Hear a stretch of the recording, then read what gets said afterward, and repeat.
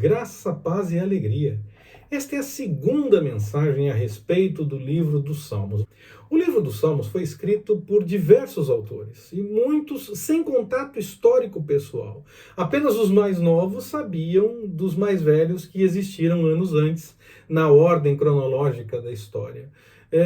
Entre esses autores, nós temos alguns personagens bíblicos bem conhecidos, como Moisés, Davi, Salomão, Asaf. Há também vários salmos que foram escritos por pessoas que são desconhecidas, ou por membros de um grupo, ou por membros de uma família, e aí então se juntava num grupo de salmos aqueles que faziam parte daquele grupo, daquela família, e se dizia que esses seriam os autores, salmo de tal pessoa, ou do salmo dos filhos de Corá, e essa coisa toda. Dessa forma, nós temos grande dificuldade em definir uma data, até mesmo para o momento em que o livro teve o seu ponto final, porque assumidamente ele é um livro que é uma coleção de textos, perto de 1000 anos de história para confeccionar todo esse texto. Então é muita coisa, é muito tempo, é complicado dizer um momento histórico em que o texto teve o seu final, até porque havia 5 livros para compor o livro dos Salmos, então eles foram sendo fechados, digamos assim, ao longo do tempo. Então é uma situação complicadíssima fazer essa definição de data para o livro dos Salmos. Foram escolhidos esses 150 por direção do Senhor. Nós poderíamos ter outros salmos, por exemplo, Abacuque apresenta salmo, tem uma estrutura de salmo, o texto de Abacuque em um dos capítulos, o capítulo 3. Poderia ser um dos salmos, mas ele não faz parte do livro dos Salmos, ainda que tenha mais ou menos a mesma estrutura. Há outros textos no Antigo Testamento que nós podemos identificar a mesma estrutura do texto dos Salmos, mas que não fizeram parte do texto dos Salmos especificamente. Então, é uma coleção com 150 textos, compilada ao longo do tempo, e que tomou essa forma atual, ainda que com algumas variações. A Bíblia evangélica e a Bíblia católica podem apresentar ordens diferentes na sequência dos salmos, ainda que todos os salmos estejam nas duas Bíblias. Mas a ordem pode ser diferente. Nós podemos falar o número de um salmo e, na verdade, ser outro número numa Bíblia católica ou evangélica, dependendo de qual a sua origem, você vai ter uma situação dessas. Pode acontecer isso, você falar um número e, na verdade, o salmo na outra Bíblia ser outro número, mas ele estará lá, apenas tem outra sequência. Todos os salmos estão nas Bíblias, todos. Mas a forma atual, com 150 textos e tudo mais, ela foi fechada, por assim dizer, quando aconteceu a tradução do Antigo Testamento do hebraico para o grego, na Septuaginta. Nesse momento, o conteúdo ficou mais ou menos fechado como nós temos hoje, mas já existia o texto, já existiam os 5 livros, eles já estavam prontos, eles já eram utilizados, então eles já eram usados na vida devocional, no culto, nas festas, nesse sentimento religioso, e ele reflete tudo isso também, essa questão das festas e do sentimento religioso, por um período de 1000 anos de história. É reflexo de toda essa caminhada do povo, de tudo que o povo sentiu e foi inspirado por Deus durante esse tempo da história. Então, levando em conta o exemplo apresentado no livro dos Salmos, alguns exemplos que nós vemos durante os textos dos Salmos, nós não podemos perder de vista os atos do Senhor, aquilo que Ele realiza, aquilo que Ele faz. Ele faz grandes obras, isso é fato.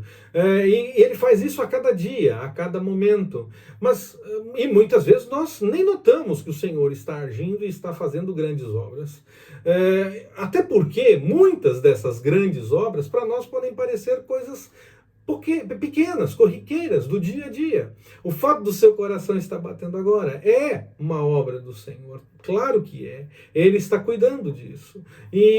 Mas nós nem notamos que é o Senhor agindo numa situação dessa. Mas parece algo comum, parece algo simples. Respiramos, é o Senhor agindo. Em todas as coisas, em todos os momentos, o Senhor está agindo.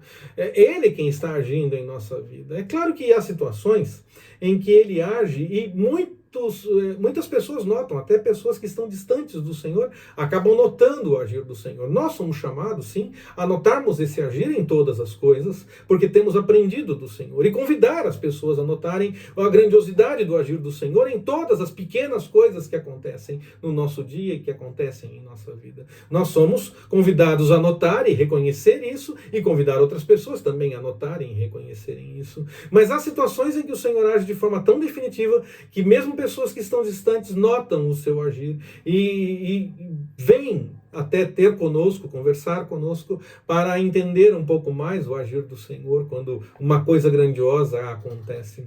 A misericórdia do Senhor, ela se revela em cada momento, em cada situação, mesmo naquela situação complicada, mesmo na dificuldade, mesmo naquele momento em que aconteceu alguma coisa que você não gostou. Talvez o Senhor estivesse te poupando de algo que pudesse até ser pior, você não sabe, nós não sabemos. O Senhor da história agiu, mesmo numa situação que seja desagradável aos nossos olhos, o Senhor agiu, e pode ser que seja manifestação de misericórdia, nos poupando de alguma outra coisa que seja mais complicada. Mesmo aquilo que nós não gostamos, é a ação da misericórdia do Senhor sobre a nossa vida. E todas as coisas cooperam para o bem daqueles que amam a Deus. E Ele também nos dá força para enfrentar cada momento, cada dificuldade. Nós não enfrentamos essas situações sozinhos. Se não fosse o cuidado do Senhor, se não fosse a direção dEle, talvez nós desistíssemos. Nós desanimamos diante dos problemas. Ainda que nós tenhamos foco, tenhamos desejo de seguir, se não for o Senhor insistindo no nosso coração para que sigamos, nos dando força para isso, nós podemos desistir diante das dificuldades, diante das outras situações que acontecem. Não há outra intervenção na nossa vida que possa nos trazer paz ou alegria. Nós podemos pensar positivamente, podemos buscar com outras ideias e com outros pensamentos, sim, podemos achar que estamos fazendo isso, mas se o Senhor não estiver agindo no meio disso, mesmo que nós não reconheçamos, mesmo que nós nem entendamos e nem acreditemos que Ele esteja fazendo, mas se não for Ele agindo, não teremos como continuar. O Senhor gera o querer e o efetuar, então nós confiamos que Ele está cuidando de todas as coisas, Ele está direcionando todas as coisas. Ele nos traz a alegria e nos traz a paz, mesmo no meio da dificuldade, e nos traz a resposta para a solução dos problemas.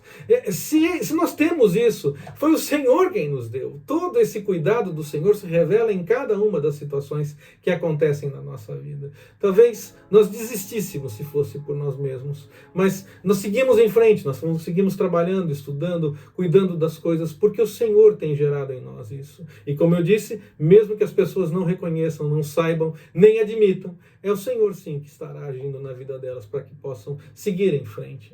Se você alcançou os seus objetivos, aquilo que você entendeu que deveria fazer, primeiro o Senhor gerou o querer, esses objetivos, e Ele gerou o efetuar, Ele te ajudou a chegar no ponto em que você queria chegar, porque Ele mesmo tinha isso para você. Ele te deu força para seguir a cada momento. Então, mesmo que pareça que nós vamos desanimar, o Senhor vem e nos fortalece e nos direciona para seguirmos na caminhada realizando a sua vontade. Com o cuidado do Senhor, nós podemos seguir em frente e teremos sempre força para enfrentar cada situação, quer seja situação complicada, quer não seja tão complicada, mas nós teremos força para enfrentar. E mais do que isso, nós teremos força para vencer todas as situações. Então que reconheçamos o agir do Senhor, que nós possamos confiar nele, como os salmistas revelam que confiavam, que nós possamos louvar ao Senhor em todo o tempo. Nós retomamos para a terceira mensagem a respeito dessa sequência de estudo devocional do livro dos Salmos, permitindo o Senhor. Que Ele nos abençoe. Forte abraço, até mais, permitindo o Senhor.